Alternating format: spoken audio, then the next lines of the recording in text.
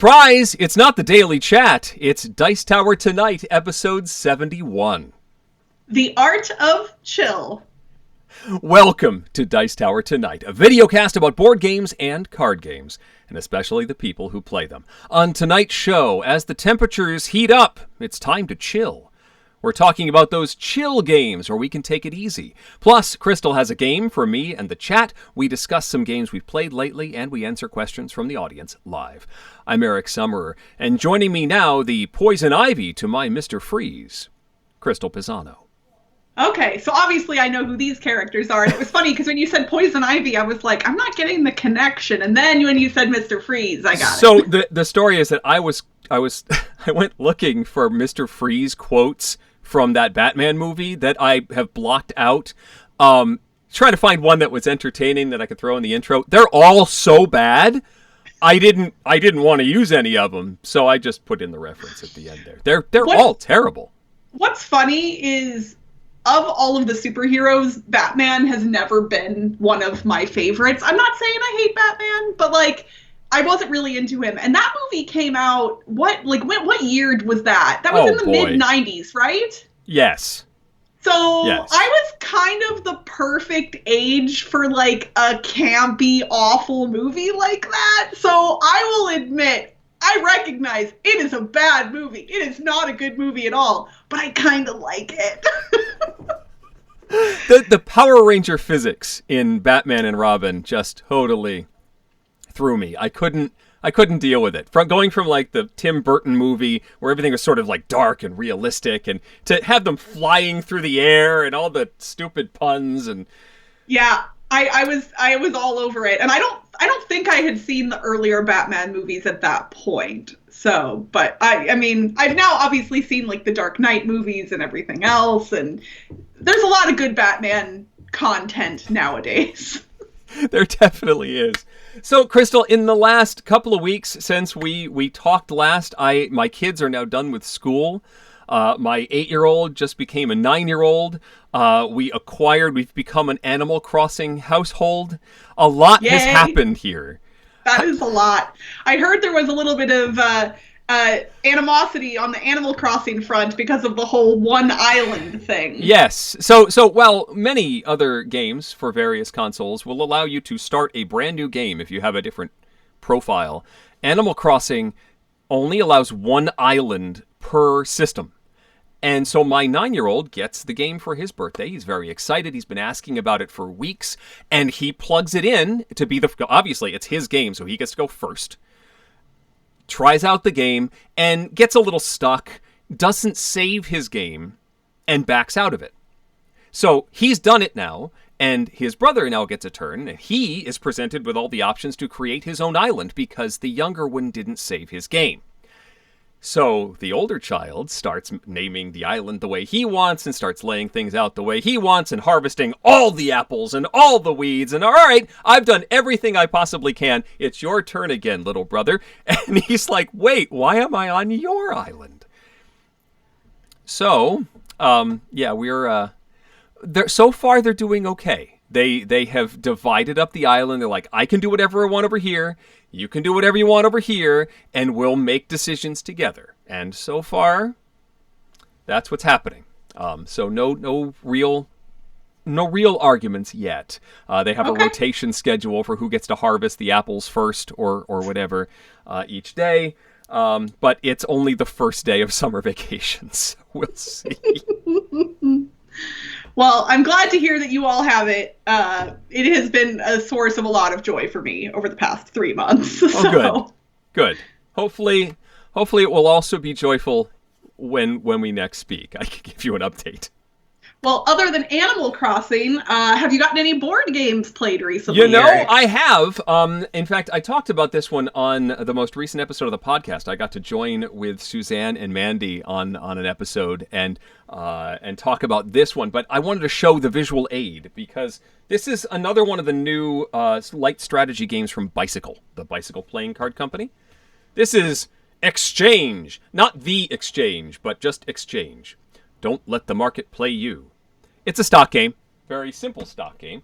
Everybody gets one of these ledger boards with a slider. So, I mean, that's kind of cool. 3D little thing. The Yeah. sliders they're movable. They're not great, but you can slide to say how much of these three commodities you've got. You got banks, bonds, and insurance, but basically blue, green, and a reddish orange on the board. And now I have to dig a little bit to get the other stuff. You have a market board, which I'm now digging out here. Let go. There we go. Market value board that shows, again, the values of the stocks. So everything starts at the 50 mark, and it can go up or down. And, of course, it's got that looping concept where if you get too high and go past either the 80 or the 90, depending on the number of players, it loops back around to either the 10 or the 20, again, based on the number of players, and vice versa. So that manipulation of the market is the whole key to the game. And this is done using these envelopes.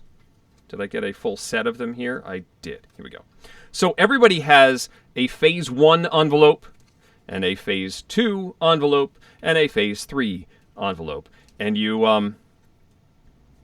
in phase 1, you're going to choose one of these three colors. Am I going to mess with insurance, banks, or bonds? That's all. You're not saying buying or selling. You're just, okay, I am slipping this in here, and you put it face down. And we all reveal, all right, I'm messing with insurance this turn. Then we start with phase 2. Phase 2's deck is a whole bunch of cards. There are numbers 1 through 9, and they say buy on one side and sell on the other. So I will pick one of these, and I'll be like, all right, I'm going to slip this into my... I can't actually do it. Come on. It's a dexterity game, too. Go. Okay, that. And so now we all reveal, this just says buy. You can't see how much I'm buying. But now you know I am buying insurance. The last thing you get to do is take the phase 3 envelope, which has the three colors again, with a +1, -1. So if I'm going to buy insurance, I want the price to go down, so I will do this. And we all reveal insurance -1. And that adjusts the market. Plus there's a set of random events, and we'll reveal one of those, which can also adjust the prices. It can do all of them up or down. It could do just one of the commodities up or down. And then we reveal that I was going to buy 9 shares of insurance, and hopefully, based on the market manipulation, I have enough money to do that. At the end of the game, you simply liquidate everything and see who has earned the most money. You can also spend money to look at those random events. And whoever has the most money at the end of every round gets another set of envelopes for the phase 3. They get the lobbyist, so they can do another +1, -1 on the same or different commodity that they already chose. That's about it. Like I said, very simple. The real key to the game is reading your opponents. What are they going to do? Are they going to do something in their best interest? Are they going to do something to mess with your best interest? It's got asymmetric start powers.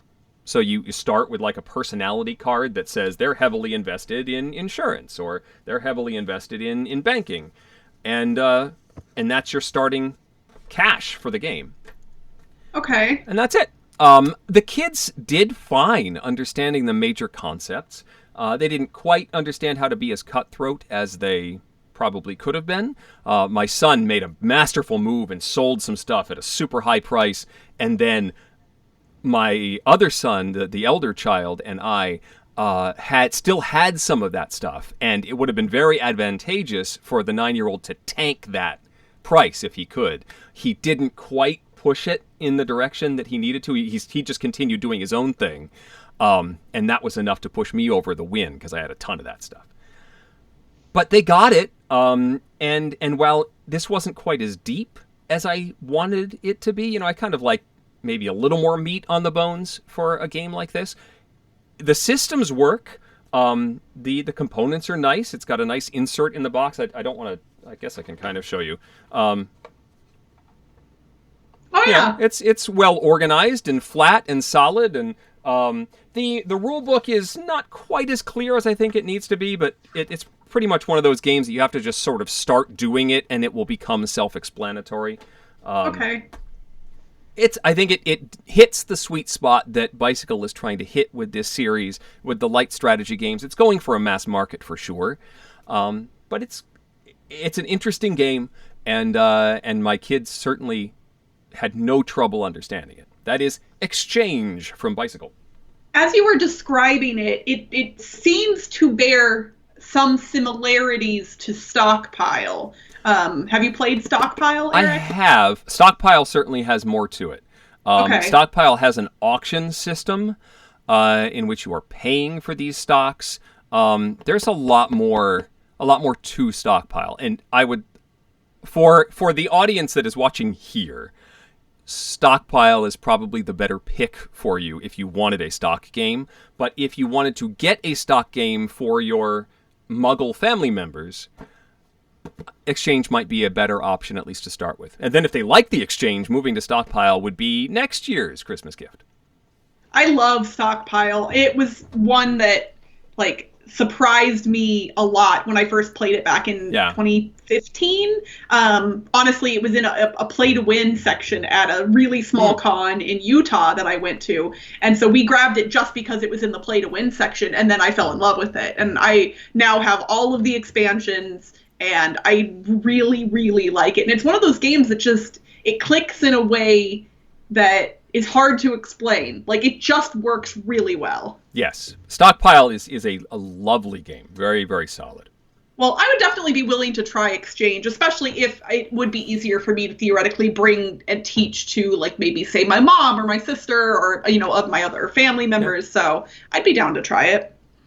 Well, I'm actually talking about a pretty light game as well, although mine is much less new than yours, Eric. So I have been playing some games online. Pandemic, again, obviously making it difficult to get together with my game group.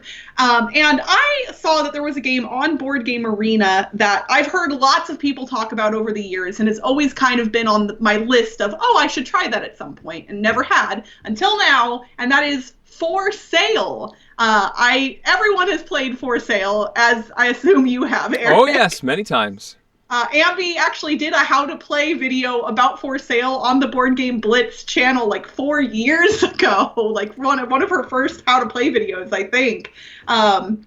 So for the few of you that are like me and haven't played For Sale before, it is a 2-phase game that is really simple at its core. You are bidding money to get properties and then selling those properties to get money, which sounds kind of dumb when you say it like that. But so the way the bidding works in the first round is there will be a number of properties that come out equal to the number of players, and everybody is going to get a single property. You go around bidding, outbidding other players until people pass. If you've bid anything prior to passing, you lose half of the money you get to keep half of the money you bid rounded down. So if I had bid 3,000, then I would get 1,000 back because they're 1,000 denomination chips.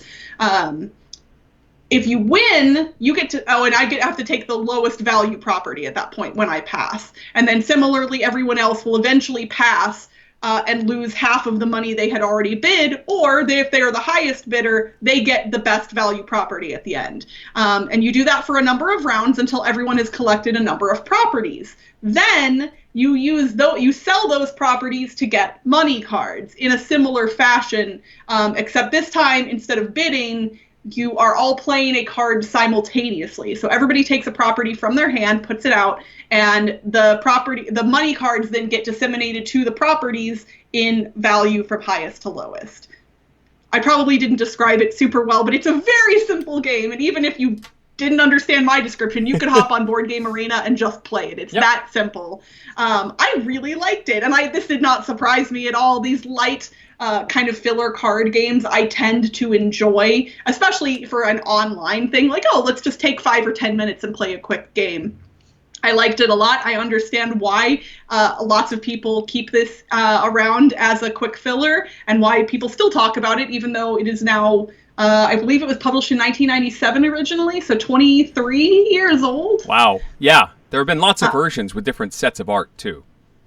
Yes, and this feels like one that I will probably pick up a physical copy of at some point and put into my quiver, because this feels like one that would go along with the other games in my quiver really well. But yeah, it's free to play on Board Game Arena, and this is one of those times where I know that prior to the pandemic, there were a lot of arguments against playing games for free online when you could be putting money into getting the game in a different fashion. Right. Yeah. But for me, honestly, a lot of these games that I try online, I go, well, yeah, I want to buy that now. Like, yes, I can play it online, but I want to own it now because I tried it online. And I think that that's pretty cool. Yeah. No, I love For Sale. It's especially because it's so easy to teach. The fact that you can just do that first half. Like, we're just trying to get the best houses. Here's the first auction. You don't even have to explain how they'll be sold in the second half. And then, all right, now here's how we're going to sell them, and here's how the checks come out on the table, and the excitement when like a big money round comes out, or when they're all really good checks except for that last one that's a zero. That creates this really cool dynamic of which ones do I spend every round. It's pretty cool. That did make for some really interesting rounds, because then, if all of the checks that came out were all very similarly grouped number-wise, then you would just throw out, a low-value property because, well, you're still going to get something decent anyway. Yep. And trying to balance that and knowing which properties to spend when, like, it was immediately clear the strategies that could be employed. And I think that's really neat when, like, I do like games with emergent strategy, but I also kind of like games where the strategy is somewhat obvious, like what you should do, but not always clear in the moment, if that makes sense. Yeah. I mean, For Sale almost qualifies as a chill game. I would say that's probably true. There isn't, some people get stressed out by bidding in auctions, but I think that leads us into potentially a larger discussion later as to how you define chill. You're right. Yes, very much so. Based on something I saw in the chat, I wanted to put this out. There we go. This space for rent. Wait, what? Someone in the chat said that I could sell advertising space on the microphone. So maybe on the end. I'll just put it right there. Technically you could sell two ads then. You could put one on the end of the microphone and one up there on the... Anyway, please continue. You were saying? Well, I was saying that we are going to talk about some chill games later, but before we do that, I want to challenge you to a kind of random game, Eric. This is going to be one of those ones that I'm not sure how it's going to work out, but those I think are my it should favorite. Be fine. I know. So I actually had a different plan for today, and then this afternoon or this morning, Jelly Bean Games tweeted that their Kickstarter for the game French Toast is going to launch in 2 weeks. I think I may have mentioned this game after I tried the prototype at PAX Unplugged. Is that... I recall you discussing it, and I recall being somewhat confused about how it all worked, but you were very excited about it. I do remember that. It's one of those party games. I think it isn't like Just One, but it is similar to Just One in that the concept is very simple. And admittedly, what we are about to do here is a modified version based on the prototype version that I played in December. It is not based on the final rules of the game. But The premise is going to be the same, and chat is going to be able to potentially help you. So French Toast is a game, we're going to play the cooperative version, where I am just trying to get you to guess a secret word. That secret word will always be a single word that is a noun. Okay? So you're just looking to figure out what the secret word is. It will always be a single word. It will always be a noun. The reason the game is called French Toast is because you're going to just start throwing things out. They don't have to be nouns if they want them to be. They don't have to be a single word, but you're going to try and guess what the thing is. And every time you say a thing, all I'm allowed to say back to you is either I repeat the thing that you said, or I say French toast. The reasons for why I would do that is because I'm thinking the secret word is in my head. My head is the secret word, okay, in the middle here. Okay. French toast is over here. And what you said is over here. If the secret word is more like French toast, I'll say French toast. If the secret word is more like what you said, I'm going to repeat back what you said, and that will be the new point of comparison. So let's, as an example, if the noun was computer. Okay. And you said truck. I then have to say, okay, what is it more similar to? Is a computer more similar to French toast or a truck? And it's more similar to a truck, I would say. So I would repeat back truck. And then you're going to say something else. And now I'm comparing it to truck or the thing that you said. Okay. And you're literally just going to try and run down a path of random objects to get to the noun in the end. I know it sounds weird. It is awkward at first, and I just hope that you enjoyed as much as I do, because otherwise this is going to all be for naught. The way that the chat is going to be able to help is kind of if you get stuck and can't really figure out what's going on, or you can't think of something, I'm going to be keeping an eye on the chat. And if I see something in the chat that I think will help potentially lead you down the right path or a more clear path, I will play off of what the chat has said. So chat, if you guys want to guess items, you are allowed to do that. I will say I will attempt to let you get to the final answer if possible. If chat says the final answer, I'll give them credit later, but I don't want to end the round necessarily based on what chat says. We'll see. I'll play this by ear to some degree. Okay. So should I not look at the chat? You know what? You can look at the chat if you want. I don't think that would affect things too much, but who knows? Especially because of the delay. Okay. So the Mr. E says after 300 turns, I should win. That is the over-under here.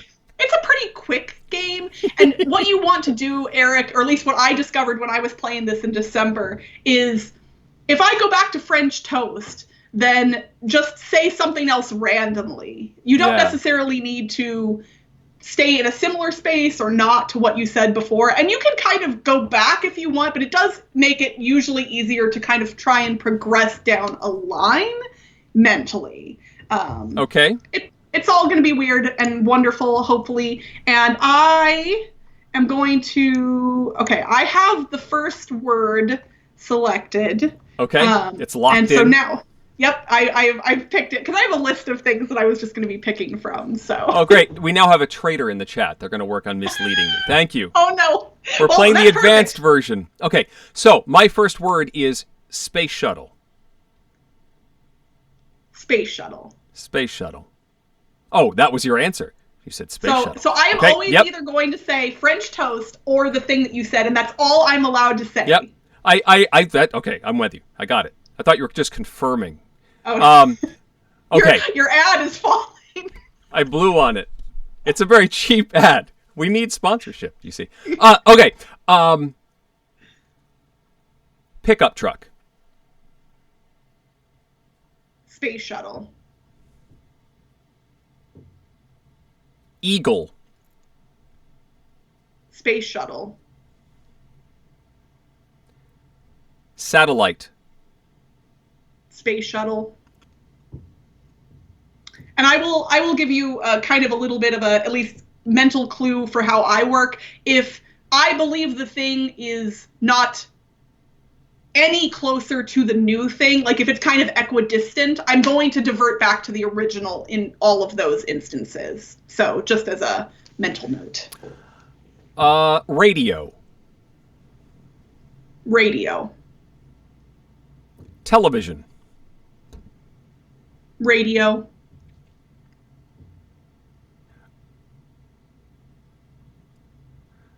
Podcast. Radio.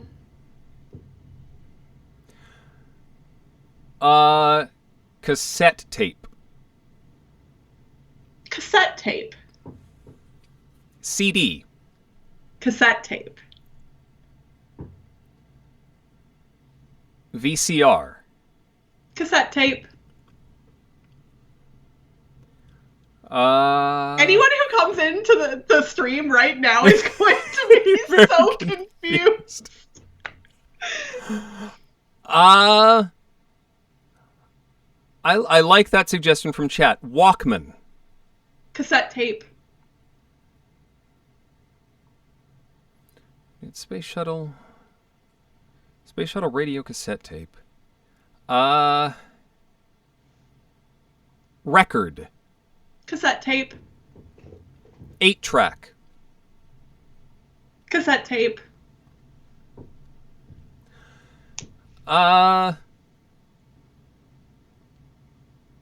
Robot. Cassette tape.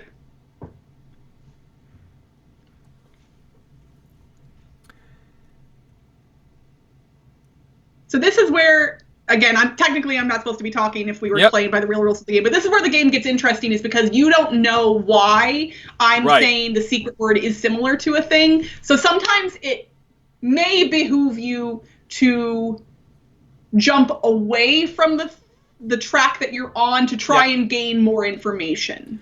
Dachshund. Cassette tape. Flower.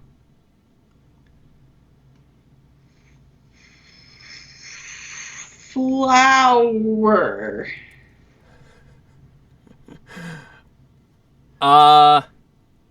Sugar.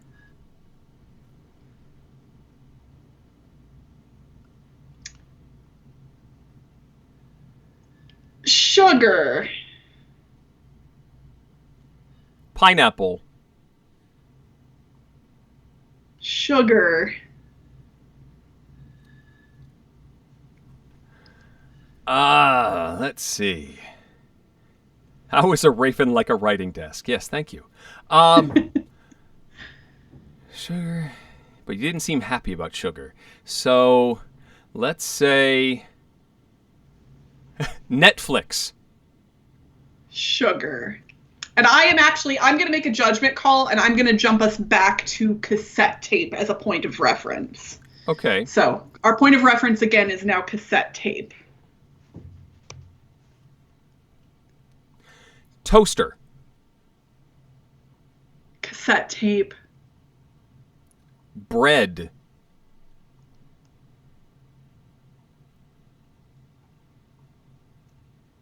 Bread.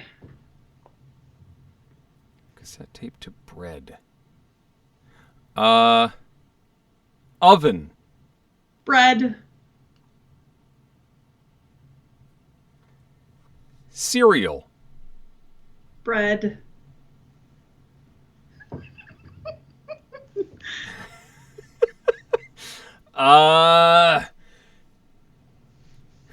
Tang. Bread. Fish. Fish.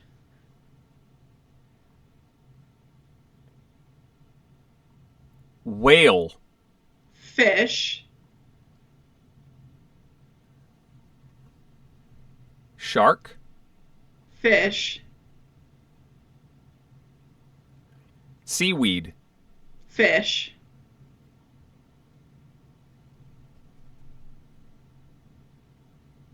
Yeast. Fish.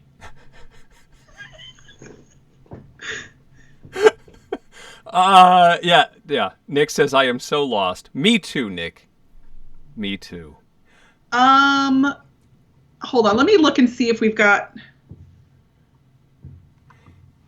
anything in the chat that I can... Fish.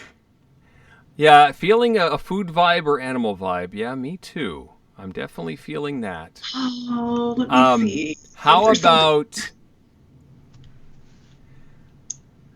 about cow? Fish. Somebody said fish mixtape, as in PHISH. That's... Yes, I like that. Chicken? Fish.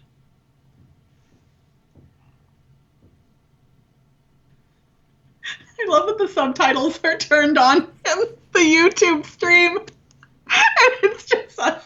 Fish? Fish. How about pimento? Fish. Panda. Fish. Yeah, somebody walked in the middle of this. Oh. Okay, so I'm going to say the chat's going to get the win here because somebody in the chat just nailed what the thing is. Did they? They did. Mr. the Mr. E got the secret word, which is soap. Okay, I need to know why and how and Okay. wherefore. Okay, so we went space shuttle. Okay, so you're talking like French toast or space shuttle. Space shuttle is related to like sciencey stuff and space stuff and whatever. So I was thinking like chemistry. Okay, soap, but more than French toast. Right. You eventually whittled that space shuttle down into a cassette tape, which is very similar in shape to a bar of soap. Yeah. And so that was why we stuck with cassette tape for a while. Then you said flour, and I got confused because flours smell very similarly to soap. Yeah. And so I was confused about that, and then we went from flour to something else, and then I diverted us back to cassette tape. And then when you started doing household objects, like common household objects, or like bread, similar shape and also commonly found in a house, there's there's some interesting nuances there. And what's funny is I obviously know how I'm connecting the dots, but it's impossible for you to see. And this is normally played as a group game where you're going around from person to person. It's not just back and forth between two people. Okay. Do you want to try another word? Sure. Okay. Let's try one more. Okay. So let's see. I'm gonna go with this one. Okay. I have a word selected. Sure. We're going back to French toast. We'll go with schnauzer. French toast.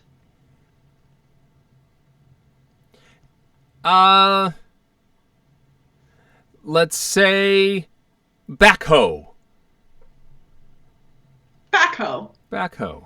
Oh, and for everybody in the chat confused about the word fish are in water. You also use soap with water. That was why we stuck with fish for so long, because... Okay. Yeah, so backhoe is our current word. Backhoe. Truck. Truck. Car.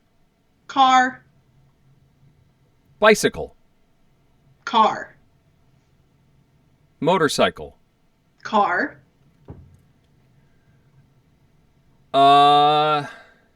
So I'm thinking size. We're not getting smaller. Car. Elephant. Car. Wagon. Car.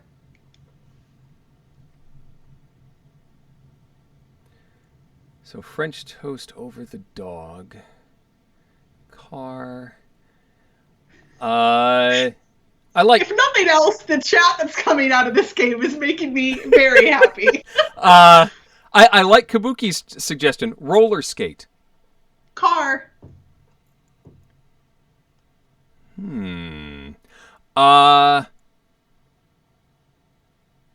mean, it's not necessarily a vehicle. It's just closer to a car than a truck or car to a bicycle. I will say... all right, tree. Let's try tree. Car. What else would be a large... House. Car. Tiger. Car. Balloon. Car. Airplane.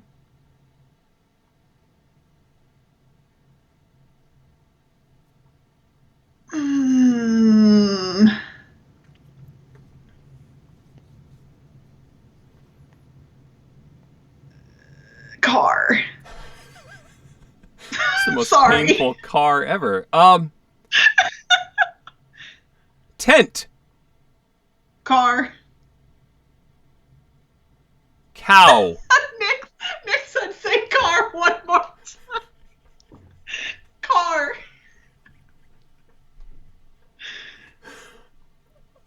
Hippopotamus. Car. Blimp. Car. Somebody in the chat asked a very interesting question there. Interesting. What do cars and airplanes have in common? Yes, they hold people. They take you places. Seat. Car. No, it won't be chair. You broke Crystal. Yes, thank you. She's just stuck on car.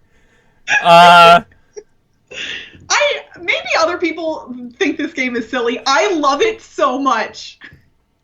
Seatbelt. Car. Uber. Car. Lyft. Car. It's been long enough now that I think you'd have trouble finding it, but somebody guessed the correct answer like a long time ago. Taxi. Taxi. Would you stop scrolling through the chat? No, I'm scrolling now. Chariot. Taxi. Garbage truck. No, truck would have been closer then. Yeah, I would say taxi to that. Taxi. Taxi. What about a taxi is more this than a car would be? Passenger? Taxi. I love this game so much. Well, I'm glad you're having fun. Subway. And there, in the real game, there are ways to give extra clues and hints and other things. Like, there's lots more to it, obviously. Sorry, what did you say? I said subway. Subway. So, less like a truck than a car, but more like a subway or a taxi than a car. Wait.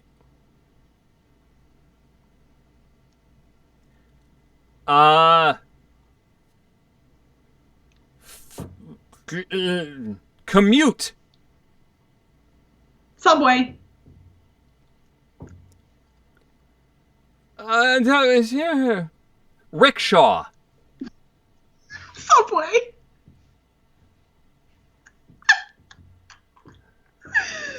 Oh my goodness. Subway, but not like it. We said train before, and you said no. No, we never said train.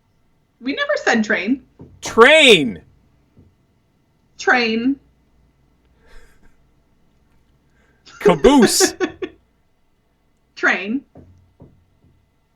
Conductor. Train. Sorry, the pause didn't mean anything. That was my brain glitching. Tracks. Train. We've done subway. Bus? Ding, ding, ding, ding, ding. It's a bus. You got to cars so quickly, and I was like, yay, we've got it now. And you were like, truck? And I was like, nope, car. And then you were like, you were all around it. You were just so close. And then you said taxi, and I was like, heck yeah, here we go.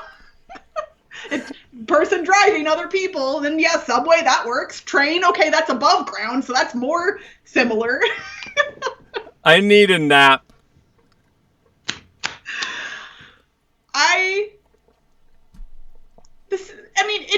It's one of those things that like is simple mechanically, but is just super interesting, and I love it. I just do. And sorry, Chad, if you didn't enjoy me just repeating the word car over and over again, but I had a lot of fun, and honestly, I think that's the most important part. So. Yeah, see, Gator Dave agrees with me. Truck is closer to bus than car is. Really? Well, it's got a large diesel engine or a, Well, see, when I think truck, I think of like a small pickup truck, I guess. That's like when I hear just truck, I guess. Or especially, or shape-wise, like a car is shaped more similarly to a bus than a truck is. I don't know. My brain goes in a bunch of different places, but that's why, like, it's an interesting game because it's similarly to just one, you kind of have to, like, think about the way your friend is thinking too, not just the way things exist, but the way they would process specific things. So for the record, this game is available to play online, although I tried it earlier and the interface, I wasn't quite sure how to get it to work exactly. But if you go to FrenchToastGame.com, technically you can play it online with friends, but I'm not quite sure how. Regardless, there is a link to the PDF or to a Google Doc with the rules in there. So if you click through, you can actually read the rules to the real game that will be coming to Kickstarter in a couple of weeks. Nobody asked me or paid me to do this, for the record. This is all me. Honestly, Peter Hayward is probably regretting that I've done this. And he did not design the game. It's a re-implementation of an old game, but I don't know if it was called French Toast originally or whether that's just his name for it. But Gator Dave wants a ringtone with just you saying "car" over and over and over. You know, I kind of miss the days when people cared about what their ringtone was, because I think nowadays we all have our phones on silent most of the time. I have fun ringtones on my phone, but I very rarely get to hear them. So indeed, this is Eric's new citadels, says someone in chat too. Not quite, but I am a little worked up. I think we need to calm down a little bit. You know what? I think that sounds like a lovely idea. So for our discussion today, we wanted to talk about what we call chill games, which I say are sort of stress relievers, games that you can get into a zone, that you can play without too much direct thought. You're not overclocking your brain on these things. You can play very casually and relax. What are you thinking about here, Crystal? So kind of similarly to what we mentioned earlier, I think defining a chill game is definitely tough and definitely a subjective thing, because what may feel chill for one person may incredibly stress out another person. Yes. So for instance, you mentioned that a game with bidding in it, like For Sale, could be considered a chill game because it's light, it's easy to learn, there isn't a lot going on, but sometimes auctions can really stress people out. So obviously, all of the things that you and I are about to mention kind of feel chill for us. For me personally, there are two different ways a game can feel chill for me. One of them is mechanically, and often that involves simple mechanics, easy to learn, not a lot of work to get into a game.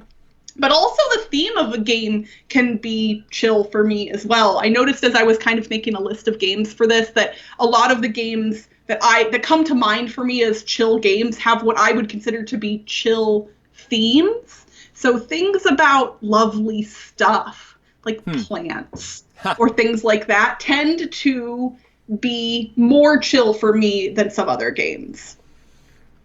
I tend to... for whatever reason, when I think of chill, I think of the puzzle games that I would play as time wasters back when I had more free time, I think. But like Bejeweled. And Bejeweled has this endless mode where you're just sort of clicking and dragging and matching and just go as long as you possibly can. There's no time limit. There's no limited moves like many of these styles of games. It was just keep matching stuff. If you make good matches, bad matches, doesn't matter. So the first thing that came to mind is this game, Bubbly Pop, which is basically a two-player, match 'em up game where you're dropping bubbles down onto your side of the board and matching and sending things over to your opponent. But that just immediately gets me thinking Dr. Mario or Tetris or something. In fact, one of the roll-in rights that I've been playing lately, Bricks, is a Tetris-y sort of thing. And when I'm playing this one, I get that sort of, okay, yeah, all right, this piece goes here. If I just get a piece that goes, all right, perfect. And it's very satisfying when you get the piece you want to get into the proper place. So that's the mindset I'm looking for. I think for me, I would agree with you wholeheartedly that there are a lot of roll and write games that feel very chill for me, particularly because that genre of game tends to be low interaction and very low conflict for the most part. And so those two things, like for me, conflict generally can stress me out. So games with little to no conflict in them are more chill by their nature, for me at least. Yeah, and you mentioned roll and writes. I had another one in the stack as well. Can't Stop Express. With the roll and writes, you're rolling the dice. You don't have a whole lot of control. It's a lot of roll and then do something with that. And yeah, make a decision. Yeah, make a decision based on that. You don't have a tremendous amount of control as to what is going to come up. What you just have to do something with it, and then another roll is going to come later. So you can just sort of be like, yeah, fine, that was a terrible roll for me. Whatever, I'll just live with it. Yeah, even in a game like Gone's Shown Clever, where there are a lot of different places to put things. There are often multiple good options. Not always, but it's not usually like you're sitting there having to math out the singular best option. You can usually glance at a pile of dice and go, well, that would be good. This would be good too, especially because you don't know what's coming in the future. So you just make a decision and run with it. Yeah. Nathan asks a question about match 3 games, asking if I have played You Must Build a Boat, which is a match 3 game. It's an app that is also a dungeon crawler. I have played You Must Build a Boat and have enjoyed it, but that is not a chill game for me because it is timed. So you have to make these matches very quickly. Otherwise, the bad guys get the better of you and you die in the dungeon. You're trying to get through as many bad guys and as many treasures as you can, which means you need to make matches quickly. And so that game stresses me out. That is the exact opposite of a chill game. I need to be like tensed and ready to play that. I want to play something where I don't have a timer that I'm worried about. In fact, sometimes not even having another player is very chill. So I actually pulled out Friday. This is my favorite of Freedom and Freese's solo games. I love this game when I want to relax because I make a decision and deal with the consequences. I can think about it. I can watch TV while I'm thinking about the decision. And then I get to shuffle the deck. For whatever reason, I like shuffling when I'm playing when I'm trying to relax. Shuffling is good. I used to play a ton of solitaire just with a physical deck and dealing the cards out and actually handling them and dealing them out and getting into that flow of playing with the cards. So playing a solo game that has a bunch of cards in it is certainly a plus for me. Playing a solo game that has a good story in it is actually one of my picks, which is why I grabbed Legacy of Dragonholt. Okay. Which technically this is not just a solo game. It can be played multiplayer, but I play Legacy of Dragonholt solo. And it is, like, there are fun, tense moments in the story, but generally it's just a lovely adventure. And honestly, this game got a lot of hype when it first came out, and I don't hear people talking about it as much anymore. And that is a shame, because it is one of the most delightful games in my collection. I love Legacy of Dragonholt. Yeah, that one was on my radar, but I never grabbed a copy, and it's one of those that sort of passed by. Maybe I'll get back to it, but it's not really one that you can play at a convention, it seems like. You sort of need to have your copy and work your way through the story with your own zone. Yeah, and it's funny. To me, this doesn't... I had to grab this one off the shelf. Yes, of course. Because... And I had to grab the Funko Pop, too, because I think we've discussed this on the show before, but like Bob Ross and I have a very long history. When I was a small child, so I've loved the chill that Bob Ross exudes since I was very little. On Sundays, they would air at least one episode of The Joy of Painting on PBS, and I loved that show so much that my mom deliberately let me stop doing chores, whatever we were doing on that day, for half an hour so I could watch The Joy of Painting. And my sister was always mad because she was like, why doesn't Crystal have to keep doing chores? And it was just because I loved that show so much. I got a Bob Ross painting kit when I was 8 years old. Wow.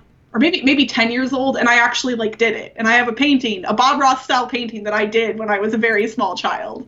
I should have gotten that. I think I still have it. I don't know. My mom might have it. I'm not sure, but chill has always been important to me.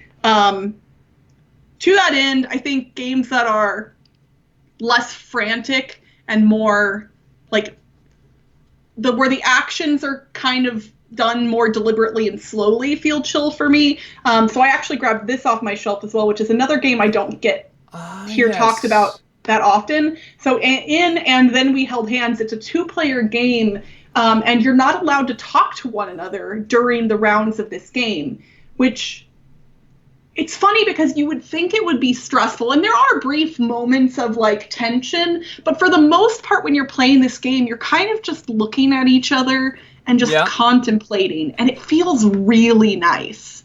Yes, and it's interesting to think how that one does feel calm, whereas other games that have limited communication, where someone might be wanting you to play a card and looking at you and saying beep boop, maybe more stressful. We're of course talking about Quirky Circuits. Crystal and I played this at Gen Con. And I beep booped at Eric. It was a very intense beep boop is what I'm saying. That's all I'm saying. I was not chill. Eric. I know. Oh. I know. But yes, whereas Quirky Circuits is more stressful, And Then We Held Hands is definitely a little bit more chill. It is about finding that connection. Would you consider the mind to be chill or stressful? I would say stressful, only because as the round progresses, I feel, and especially as the levels progress, you have to be thinking more actively. Like in round 1, when everybody only has one card, you basically have an idea, am I going to play this right away, kind of in the middle, or toward the end of the round? But once you have like 8 cards in your hand, you're like, okay, wait, I have the 41 and the 44, so I'm going to lay the 41 down. And then you have that brief moment of panic when you're like, does anybody have the 42 or 43? And what do I do? And then somebody puts the 45 down, and it's frustrating. Yeah. Yeah, I would say I love the mind, but it is more stressful than chill for me. A few games that have flown by in the chat. I saw Suro as one suggestion for a chill game. Someone actually said Nuclear War, because they just play it very casually. Dixit. Especially for a party, like Dixit, I do consider to be a party game, but I would say of party games, it's probably one of the most chill for sure, because it's just, you know, everybody's kind of just looking at pretty artwork and picking a thing. I have played Dixit with people who get stressed out when they're the storyteller. Like, I don't know what to say. I don't know which card to pick. It's one of these creative, and there are lots of games like that where you are put on the spot and have to be creative. Dixit is not tremendously taxing in that regard, but there are certainly other games where it's like, do a sales pitch in 30 seconds. Like, depending on your level of comfort there, that would be the opposite of a chill game. For sure. I'm not seeing it. People are still saying fish. Thanks a lot, Mark. Fish. Maybe he's earlier in the chat or in the stream, and he thinks he's still buffering. He's trying to help.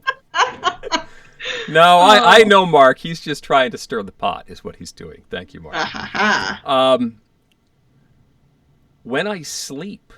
You mean When I Dream? Oh, When I Dream. Yeah, that's probably what it is. Oh, When I Dream is chill. The opposite of chill for me, because when you're the dreamer and you have to be paying attention to what everybody is saying and figure out who the one that's trying to mislead you is, and then recall all of the words after the fact. Yeah. The whole time I'm the dreamer, I'm just sitting there like, okay, monkey, banana, mattress. And all of this is going on inside my head while everybody else is still talking. Right, and one of them is lying to you, so yeah. Yeah. And so you're like, maybe the mattress isn't part of it. Oh gosh, yeah. Although admittedly, even though I stress out about it, I tend to do pretty well. And it kind of, like, I've frustrated people before because I'll be like, oh, I'm not good at this. And then I'll recall all of the words and just it's weird. My short-term memory, sometimes it's really good and sometimes it's really bad. But in that game, I think I tend to do pretty well. D&D. Kabuki says D&D is the ultimate chill game. I have not experienced that, but I think we're getting back to my my inability to grok the rules and the system of D&D, and so when my son's like, let's play D&D, it's like, I have not prepared. I should have been doing this all afternoon if I was going to play D&D. I can't just pick that up and try and do it, so that just stresses me out. Yeah, I would say if we're looking at it from a point of view of everybody, like whatever game we're talking about, everyone playing is familiar with the thing, then I would actually say that role-playing games could be very chill. They tend to, be lengthy sessions, which, kind of a relaxed, like we're going to sit around and drink some drinks and eat some food and whatever else, and go on an adventure, have a story. And even if there's combat involved, that can be a very chill experience. But yeah, familiarity with the thing can contribute to whether an experience is chill or not just with role-playing games, but board games too. Yeah. If you're wrestling with the rules, that's not chill. You need to know what you're doing and be comfortable. Like trick-taking games often fall into this realm if you have been playing that game a lot. I grew up in the Midwest, played euchre all the time while we were at forensics tournaments, waiting for results to come out, or behind a backstage. See, at for a me, play. It was spades at choir things. There you go. We're still, yeah. But you could just play hand after hand after hand after hand after hand, and you didn't worry too much. It was much more of an activity to keep you busy while you chatted, and you just got into the flow of euchre for me. Yeah. David in the chat mentioned Tokaido. That was on my list as well. I've actually found that a lot of games that come out of Asia tend to feel more chill than games out of America or Germany, at least for me. Not in all instances, but when I was thinking about this list, Tokaido came to mind. So did Kanagawa, which Kanagawa, there's some drafting involved, and it can be a little bit like mean at times in that regard, but really because you're painting a giant landscape, it kind of just feels chill for me. And like I said earlier, games with plants in them for whatever reason tend to feel kind of chill. Tussie Mussy is a really good example of that. And actually Succulent, which just released today from Renegade Games, I got to play that at Dice Tower West, and it also felt pretty chill. And oof, the production quality on that one is really good. So very cool. Sorry, Sterling is barking. It is kind of nice to cultivate something where you get to see things grow. Can be chill for sure. And I would say there are a few abstract games that would maybe fit into this category as well, kind of similar to the no conflict roll and writes mentioned earlier. I think number 9 is pretty chill as games go. Sure. Yeah. No, I can see that. You're really not doing anything to anyone else. It's multiplayer solitaire there. But if that's what you're looking for, that's great. It can get a little frustrating as you're really hoping for a particular number to get called next, and it doesn't. And it doesn't come. Why are all the 9s coming out first? Oh, gosh, that's always so frustrating when the 9s and 8s hit right at the beginning, and you're like, oh, I can't score you! Diplomacy is anti-chill. That is a different list. Thank you for that one. Anything else that you want to discuss as far as chill games that you were thinking about?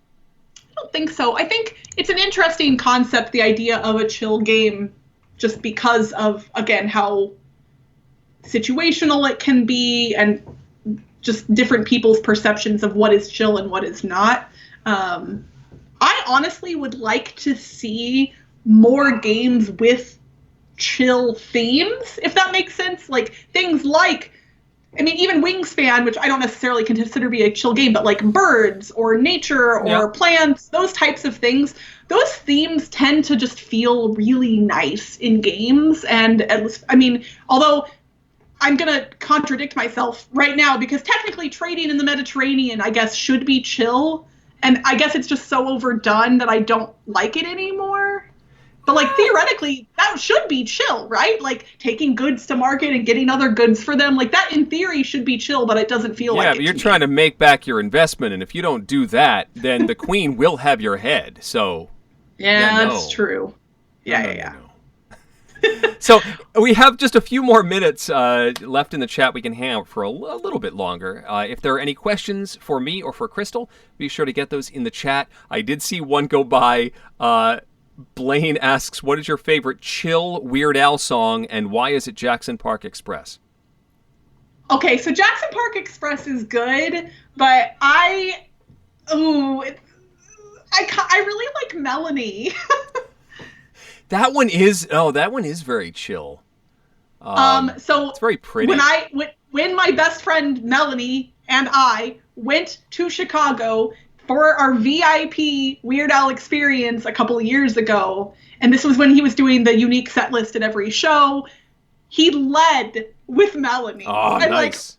We're sitting in the second or first, we were way at the front, and he opens with Melanie, and we were just like, this is perfect. And he did Albuquerque at that show too. Yep. And oh gosh, it was just so good. I don't know if I have a better answer than Melanie. That's a very pretty song to sing. I always used to sing along to that one.